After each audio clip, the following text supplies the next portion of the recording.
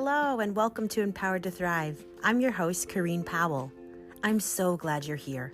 No matter what type of day you're having, you're always welcome. I like having you around. This space is especially designed for the person who goes about life focused on everyone else while neglecting their own needs. The person who says yes when inwardly they want to say no.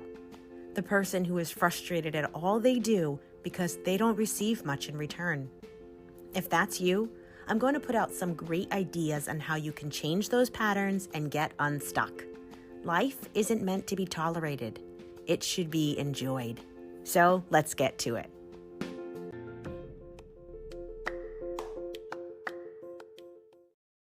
Hello. How is your summer going? We are in the middle of it and enjoying it and in the struggle as well. And that brings us to today's topic of parenting. Parenting is a challenge no matter whether it's summer or not. In the summer, I notice that it's even a bit more intense because there's less structure. There's more time together. And I previously homeschooled my kids, so I do understand the concept of being with my children all the time. I also was a stay-at-home mom, so I worked some evenings, once in a while during the day. Most of the time, I was their primary caregiver. And a few years back, my husband actually stopped working his full-time job, started working many less hours in order to help with parenting because it was that taxing. I'm not here to try to discourage anyone from the role of parenting, from loving their role, from wanting to be all in. I am wanting to bring up the point that we can parent as intentionally as we want. And we do not need to do it like someone else said. We don't need to do it like our parental figures did. We can do it in the ways that serve us and our children best. But how do we even know what that is?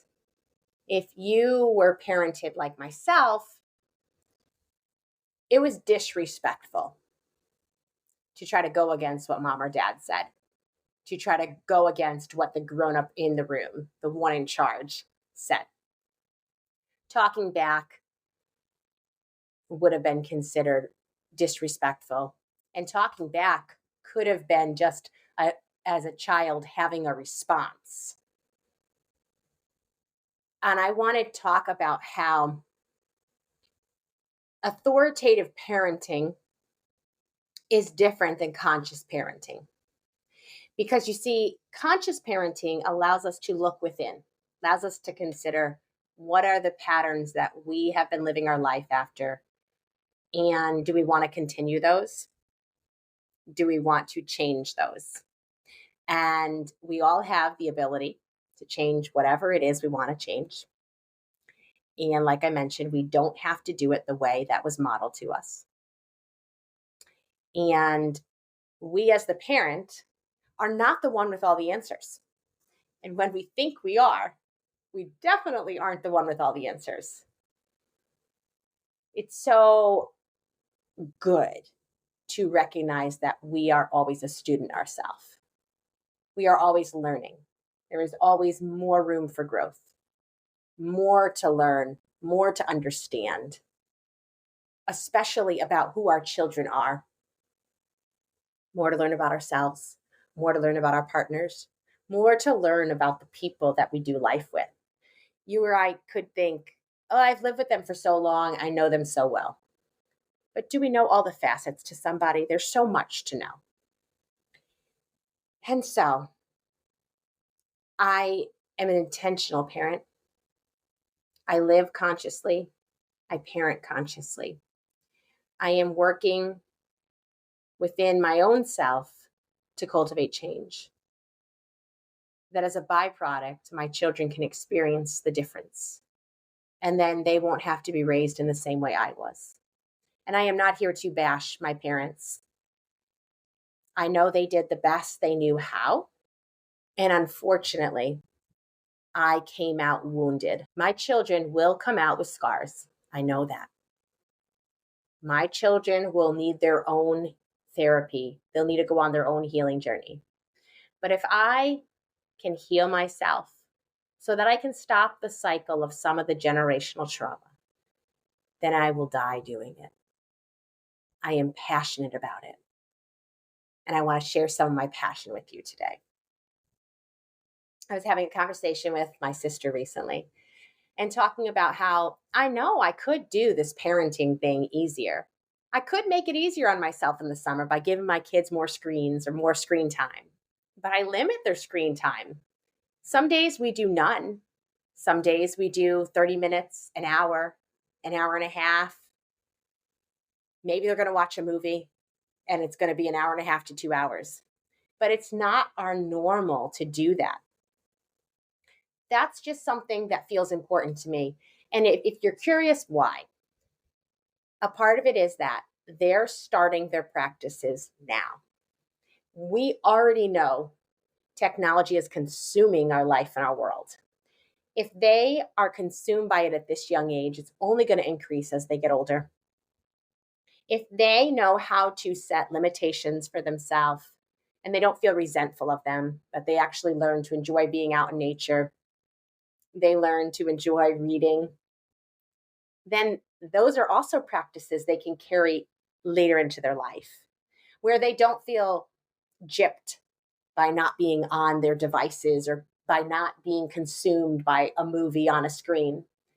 But they enjoy that alongside being out in nature, alongside movement, alongside of connecting with their friends and actually talking, not just texting, alongside of these other wonderful, beautiful things that are a part of life. My kids love the library. We get books all the time from the library and they sit and they read for hours. It's a practice we started when we homeschooled, but it's a practice we've continued even though they've been in school now, outside of home, for 3 years. And we can all begin practices whenever we want. It's never too late to start. And so I know that I am purposely intentional in that way, and I choose to be. So, yes, it might make my days longer. My days may feel harder, but it's a choice I'm making. It's a choice I'm consciously making. And I am okay with that. Now, there are other ways I can support myself by ensuring that I don't carry the whole load of parenting. They have a father. He is also able to carry that load. I don't think parenting should always fall on one parent or that there should be the default parent. With drop off and school pickups, because our kids go to private school and we drive quite a distance to get them there and back. When we started that, we put them in school, we decided that I would do one way, my husband would do the other. That makes it way more feasible. Is it a sacrifice? Yes. We actually are intentional enough in our parenting that we choose to work for ourselves so that we can have the schedule we want, so that we can be really involved with our children, that our family life can be rich. I am not here to say that that is how everybody needs to do their life. I am definitely not saying that we're doing it the better way or the right way. Not at all. I'm bringing you into our process and a bit of the back end of our story because I want to plant a seed that it can be different than what we see as typical. The way we're doing life is not what I see as the normal way people do life. I do know of other people who do life this way. And yes, they motivated me. They ignited something that was already inside of me. And by seeing other examples, I said, I want this. And they're showing me that it's doable. It is possible. And so I crafted my own life in the way that I wanted, knowing that if somebody else could have it, then so could I. And I sit here wanting you to know that if you want a different lifestyle, you too can have it. All parents should support each other, shouldn't fall on one or the other. And it's going to be important for you to evaluate, what are my values? What is important to me? How do I want to go about parenting?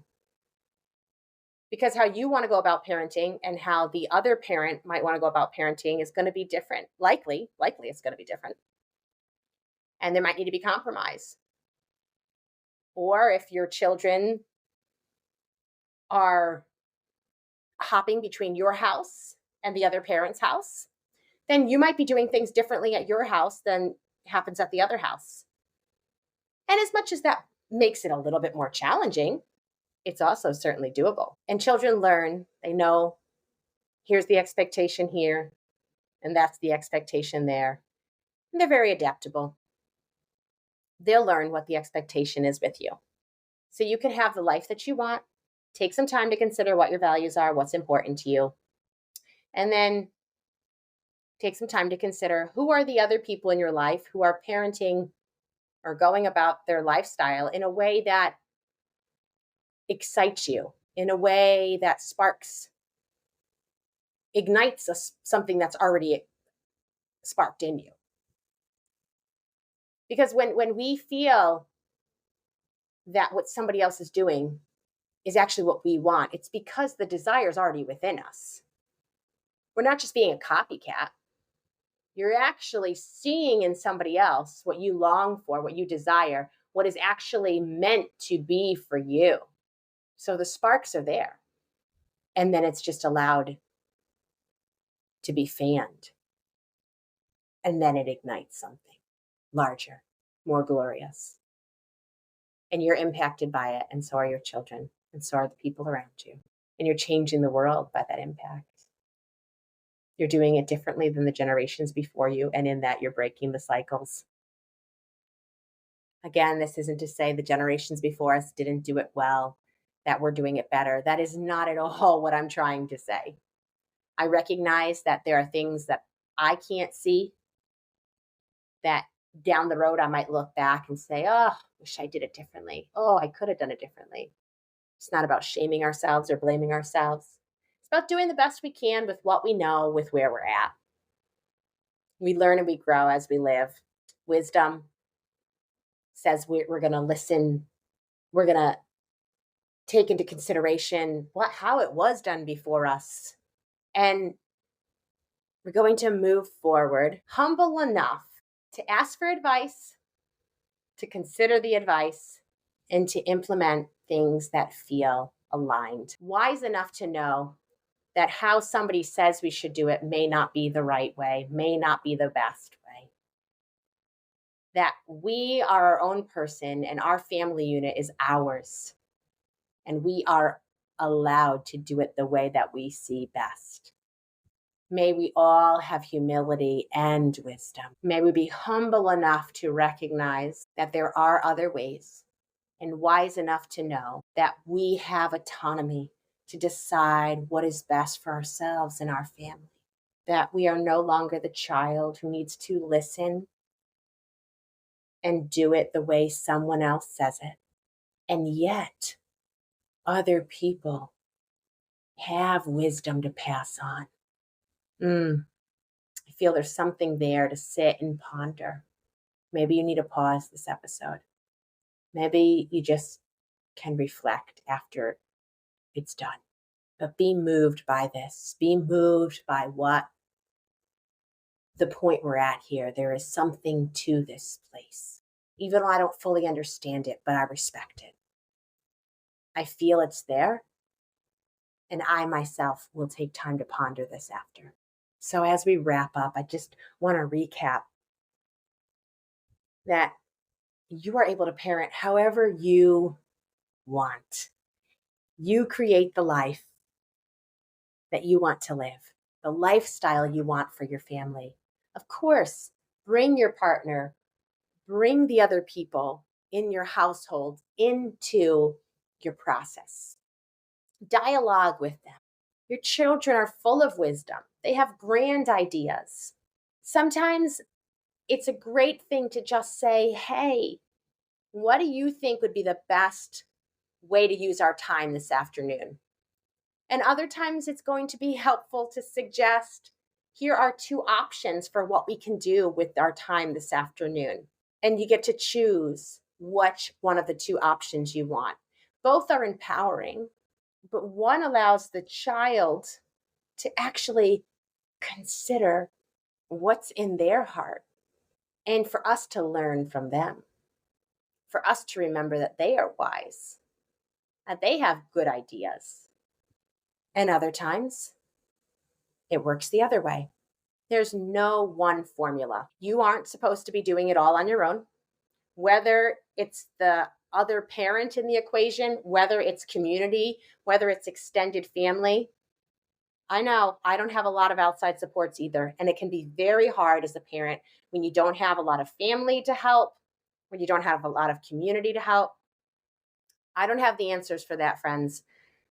Evan and I are always searching, looking, seeking out community, trying to ask for help and support, because I used to go it alone all the time. And now I know it's not in my best interest. And it really is hard to go about life that way. So it can be painful to recognize that, man, I've tried and I just don't see where are the supports.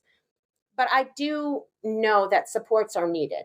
And you're not supposed to be doing this all on your own. It's not sustainable. And making the time for yourself in the middle of the long days, in the middle of the long nights. I have an 18-month-old who still nurses during the night. I know how hard it is to get chopped up sleep. I get it. I'm right there empathizing with you. I know this is not easy. So how can you support yourself? Where can you catch a nap? Where can you get some time out with a friend? When can you take that walk? How can you decompress in the way that's going to recharge you? And we're going to continue this conversation. We're going to come back to this. I can tell this is the type of topic that we need to explore even more. I would be so interested to hear your feedback, to just hear how your experience is as a parent. If you have ideas you want to share, hey, we can chat about this on air.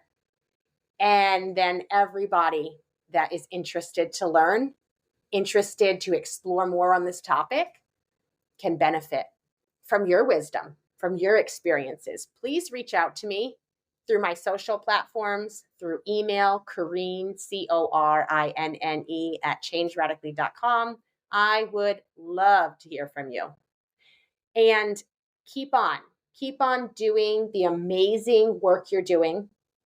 You are changing the patterns. You are healing the generational trauma. Your children, yes, they will be scarred. They also are better off for having you as their parent. So keep on loving them, loving yourself, and going on that healing journey that allows us to learn, to heal, to grow, and change. We're better off for it, and so are the little people that spend their days looking up to us, that spend their days with us, that might wipe their boogers on us, but also love to be held in our embrace. What an honor it is to be a parent. What a gift it is to be a mom. What a gift it is to be a dad. What a sacred honor. We've come to the end of another episode. I'm so glad you stuck around. As you consider what you've heard, what's the one thing that especially resonated with you? What's one way you can start to implement change into your life? Too much too soon isn't sustainable. Start small and go slow. Consistency is key. If you appreciate what you're hearing on Empowered to Thrive, would you kindly leave me a review and rate my podcast? It helps a lot. I hope you'll share the episode with a friend and come back next week. And don't forget, I'm so glad you're alive.